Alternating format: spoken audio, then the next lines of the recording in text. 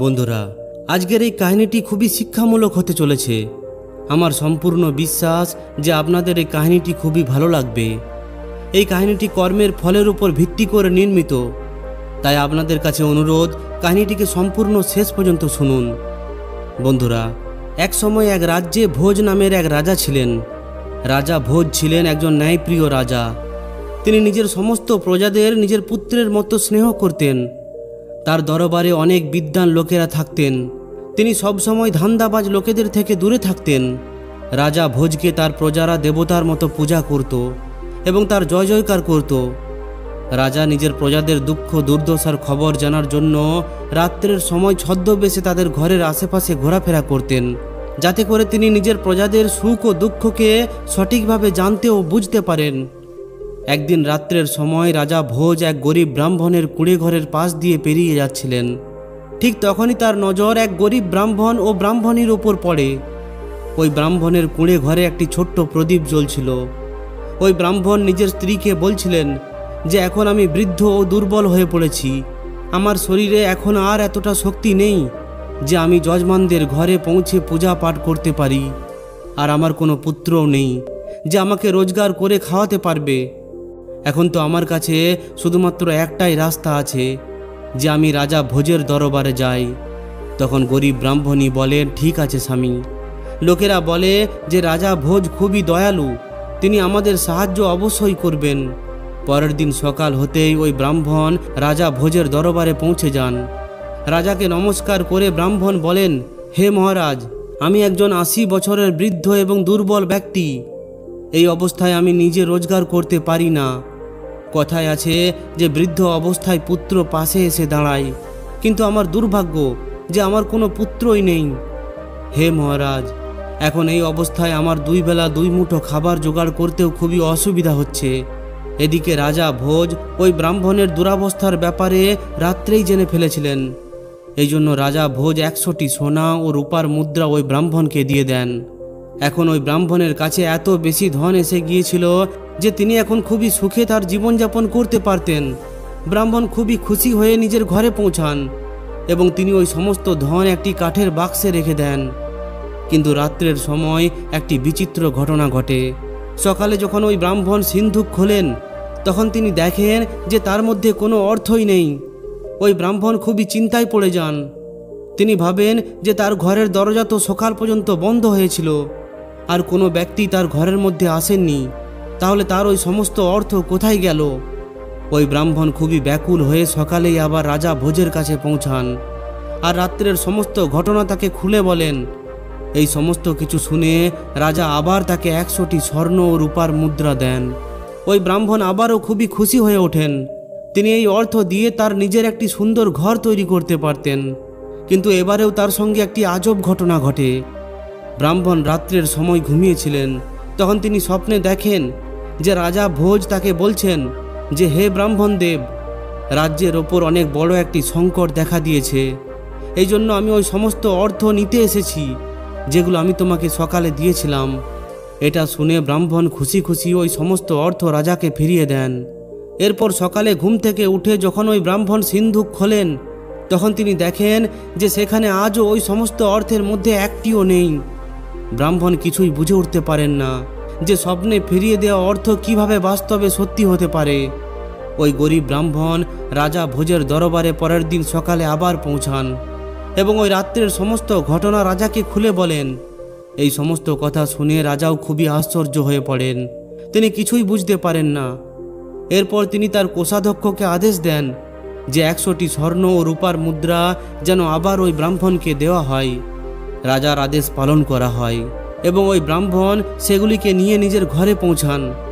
কিন্তু এবার রাজা ভোজ এটা নিশ্চিত করে ফেলেন যে আজ তিনি নিজে ওই ব্রাহ্মণের কুটিরের কাছে পৌঁছে সমস্ত কিছু নিজের চোখে দেখবেন।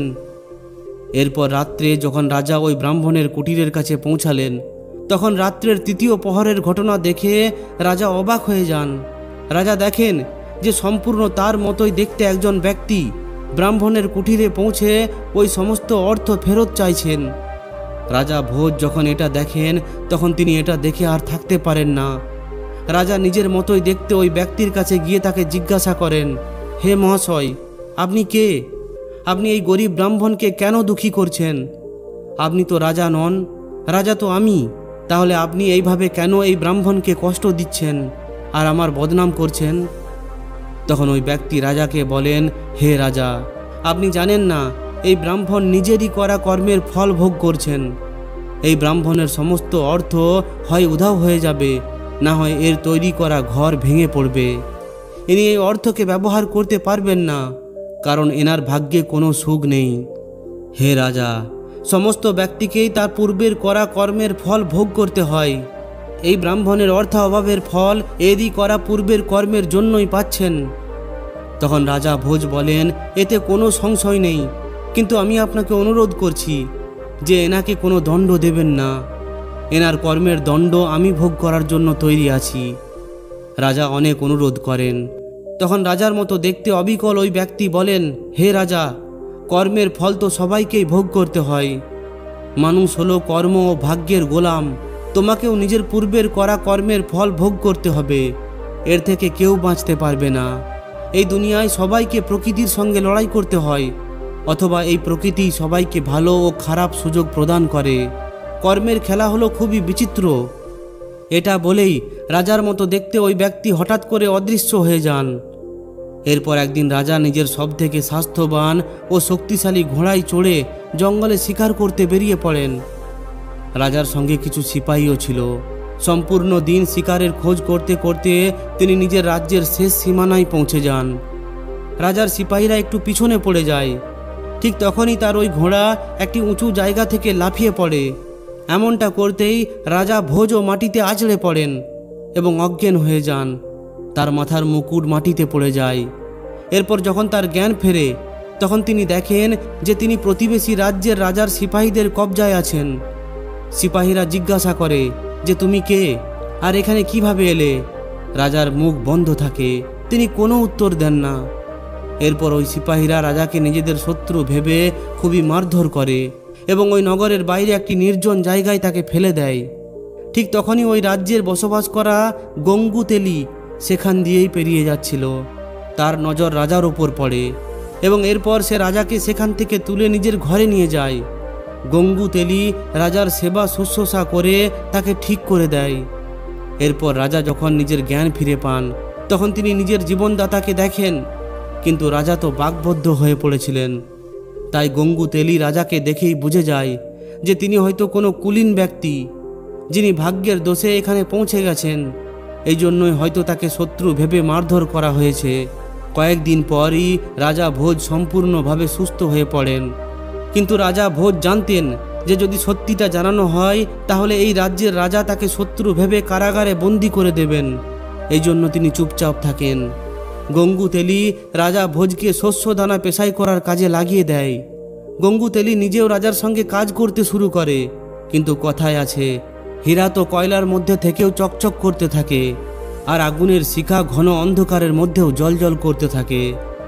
গঙ্গু তেলি রাজার বিশাল ছাতি, লম্বা চওড়া শরীর এবং বুদ্ধিমান মস্তিষ্ককে দেখে অনুমান করে যে তার দাস কোনো সাধারণ ব্যক্তি নয়। এদিকে রাজা ভোজকে তার জীবনদাতার ঋণ শোধ করতে হতো। এই জন্য তিনি সম্পূর্ণ সুস্থ হওয়ার পরেও রাজা নিজের সত্যটা কাউকেই বলেন না। এরপর একদিন রাজা নিজের স্বভাববশত একটি গান গুনগুন করছিলেন। ওই গানটি সেখানে আসতে থাকা গ্রাহকেরাও শোনেন। রাজার এই মধুর আওয়াজ শুনে সবাই খুবই প্রভাবিত হয়। এরপর যখনই রাজা কোনো গান গাইত, তখনই ওই গঙ্গু তেলির সঙ্গে সঙ্গে সবাই ওই গানের আনন্দ উপভোগ করত। ওই রাজ্যের রাজাও খুবই সঙ্গীত প্রেমী ছিলেন। তার রাজকুমারীও সঙ্গীতের শিক্ষা নিচ্ছিলেন। ওই রাজার দরবারে নৃত্য ও সঙ্গীত পরিবেশন করা হতো এবং গান গাইতে থাকা ব্যক্তিকে উচিত পুরস্কারও দেওয়া হতো। ওই রাজ্যের রাজার দরবারে একবার এক বিশাল সঙ্গীতের আয়োজন হয়। সেখানে সঙ্গীত পরিবেশন করা সবথেকে শ্রেষ্ঠ গায়ককে বাছাই করা হতো। এদিকে কোনোভাবে গঙ্গু তেলি নিজের দাস রাজা ভোজকে তৈরি করে। এরপর সঠিক সময়ে রাজা ভোজ গঙ্গু তেলির সঙ্গে ওই রাজার দরবারে পৌঁছায়। রাজা ভোজ একটি খুবই সাধারণ পোশাক পরেছিলেন, কিন্তু তবুও তার শরীরের মধ্যে একটি আশ্চর্য চমক দেখা দিচ্ছিল। দরবারের চারিদিকে হইচই শুরু হয়ে যায়। সমস্ত গায়কেরা তাদের গান শোনায়, কিন্তু ওই রাজার পুত্রী বসুন্ধরা এখনও সবথেকে শ্রেষ্ঠ গায়কের খোঁজ করতে থাকে। অবশেষে একটি কোনায় বসে থাকা গঙ্গু তেলি গান গাওয়ার জন্য রাজার দিকে ইশারা করে। রাজা ভোজ উঠে দাঁড়িয়ে চারিদিকে সবাইকে হাত জোড় করে ধন্যবাদ জানান এবং মঞ্চের দিকে এগিয়ে যান। রাজা ভোজ গঙ্গু তেলির কর্মচারী হিসাবে নিজেকে পরিচয় দেন। এরপর তিনি গান গাইতে শুরু করে দেন। ওই দরবারে বসে থাকা সমস্ত লোকেরা মুগ্ধ হয়ে যান। চারিদিক থেকে সবাই বাহ বাহ বলতে থাকেন। রাজকুমারী চেঁচিয়ে চেঁচিয়ে বলতে থাকেন যে ইনি হলেন মহান গায়ক, ইনি হলেন সর্বশ্রেষ্ঠ গায়ক। প্রথমবার সম্পূর্ণ দরবারের সামনে রাজকুমারীর এইভাবে চেঁচিয়ে ওঠা দেখে রাজা এবং তার সমস্ত কর্মচারীরা অবাক হয়ে যায়। যেন মনে হচ্ছিল ওই রাজকুমারীর মনের মধ্যে রাজা ভোজের সঙ্গীত ছড়িয়ে পড়েছিল। তিনি আবার উঠে দাঁড়িয়ে চেঁচিয়ে বলতে থাকেন যে ইনি হলেন আমার সর্বশ্রেষ্ঠ গায়ক। এদিকে রাজা এটা বিশ্বাসই করতে পারছিলেন না যে রাজকুমারী একজন সাধারণ ব্যক্তিকে এইভাবে আপন করে নেবে। ওই সভায় আপন বলে মেনে নেওয়া এবং বিজয়ী ব্যক্তির অর্থ হল রাজকুমারীর জীবনসাথী। রাজা রাজকুমারীকে বলেন যে কোনো বংশ না জেনেই এইভাবে তোমার জীবনসাথী বেছে নেওয়া উচিত নয়, কারণ তুমি কোনো সাধারণ কন্যা নও, তুমি হলে এই রাজ্যের রাজকুমারী। তখন রাজকুমারী বলেন, হে পিতা, ইনি কোনো সাধারণ ব্যক্তি নন, ইনি হলেন কুলীন বংশের রাজকুমার, আপনি পরীক্ষা করে দেখে নিতে পারেন। রাজকুমারী বসুন্ধরা সম্পূর্ণ বিশ্বাসের সঙ্গে এটা বলে ফেলেন, কারণ রাজকুমারীর মন এটা বলতো যে ইনি কোনো সাধারণ ব্যক্তি নন। ওই রাজার দরবারে জ্ঞানীর কোনো অভাব ছিল না। সেখানে সর্বশ্রেষ্ঠ বিদ্বান, ধর্মদেব, কর্মদেব, তপদেব ও পুণ্যদেব বসেছিলেন। রাজা নিজের দরবারীদের সম্বোধন করে বলেন, হে বিদ্বানেরা, আমরা এই যুবকের পরিচয় এর গুণের মাধ্যমেই জানব। আমাদের এই 4 বিদ্বান ওই শ্রেষ্ঠ গায়ককে বেছে নেবেন, যাকে বসুন্ধরা আপন করতে পারবে। আমি স্বয়ং এই 4 বিদ্বানকে ওই যুবকের ব্যাপারে প্রশ্ন করব। সবথেকে প্রথমে রাজা ওই বিদ্বান ধর্মদেবকে জিজ্ঞাসা করেন যে এখানে উপস্থিত সবথেকে ধার্মিক যুবক রাজকুমার কে? ধর্মদেব বলেন, হে মহারাজ, আপনি স্বয়ং বুদ্ধির ভাণ্ডার, কিন্তু যতদূর আমার দেশ প্রদেশের জ্ঞান আছে, ধারা রাজ্যের রাজকুমার হলো রাজা ভোজ। তিনি অনেক বড় বড় ধার্মিক কর্ম করেছেন। তার নগরের সমস্ত প্রজারা তাকে ভগবানের মতো পূজা করেন। এরপর মহারাজা বিদ্বান তপদেবকে জিজ্ঞাসা করেন যে আপনি কোন যুবককে জ্ঞানী বলে মানেন? তখন তিনি বলেন, হে মহারাজ, রাজা ভোজই অনেক যুদ্ধে জীবন মৃত্যুর সঙ্গে লড়াই করে জয়ী হয়েছেন। এমন বীরকে মৃত্যুও সহজে ছুঁতে পারে না। এরপর মহারাজ কর্মদেবকে জিজ্ঞাসা করেন যে আপনি বলুন যে এই দুনিয়ায় কার কর্ম সবথেকে ভালো? তখন কর্মদেব বলেন, হে মহারাজ, যতদূর আমি জানি রাজা ভোজ অনেক ভালো ভালো কর্ম করেছেন, তাই তার কর্ম খুবই ভালো। এরপর মহারাজ সর্বশেষ প্রশ্ন পুণ্যদেবকে করেন যে পুণ্যদেব, আপনি বলুন এমন কোন পুণ্য আত্মা যুবক আছে যে আমাদের সামনে এসে আমাদের মহারানীর দায়িত্ব গ্রহণ করতে পারে? তখন পুণ্যদেব বলেন, হে মহারাজ, এমন পুণ্য আত্মা তো একজনই আছেন, তিনি হলেন রাজা ভোজ। তার অনেক পুণ্যের কাহিনী আছে, তিনি হলেন সবথেকে মহান। এই সমস্ত কিছু শুনে সম্পূর্ণ রাজ দরবার চুপ হয়ে পড়ে। তারা ভাবতে থাকে যে এখন এই যুবকের কি হবে। কিন্তু ওই যুবক খুবই শান্ত ও গম্ভীর হয়ে দাঁড়িয়েছিলেন। তখন রাজা ওই যুবককে বলেন যে তুমি অবশ্যই একজন ভালো শিল্পী, কিন্তু আমাদের সবার সদস্যদের নির্ণয় তো তুমি শুনেই নিয়েছো। আমাদের রাজকুমারী জানি না কিভাবে এই সম্পূর্ণ দরবারের সামনে অভদ্র আচরণ করে ফেলল। আমার রাজকুমারীর উপযুক্ত পাত্র হলো শুধুমাত্র রাজকুমার ভোজ। আমার এই বিদ্বানদের অনুসারে রাজা ভোজের মতো এই 4টি গুণ, ধর্ম, কর্ম, সাধনা ও পুণ্য মজুত আছে। তখন ওই যুবক বলেন, হে মহারাজ, ক্ষমা করবেন, কিন্তু মহারাজ ভোজের গুণের থেকেও বড় শক্তি আছে, যেটা সমস্ত মহান ব্যক্তিদেরকেও নিজের বশে রাখে। তখন মহারাজ চেঁচিয়ে বলেন যে তুমি আমাদের এই জ্ঞানীদের অপমান করছো। ধর্ম, কর্ম, সাধনা ও পুণ্য থেকেও কি কোনো বড় শক্তি আছে?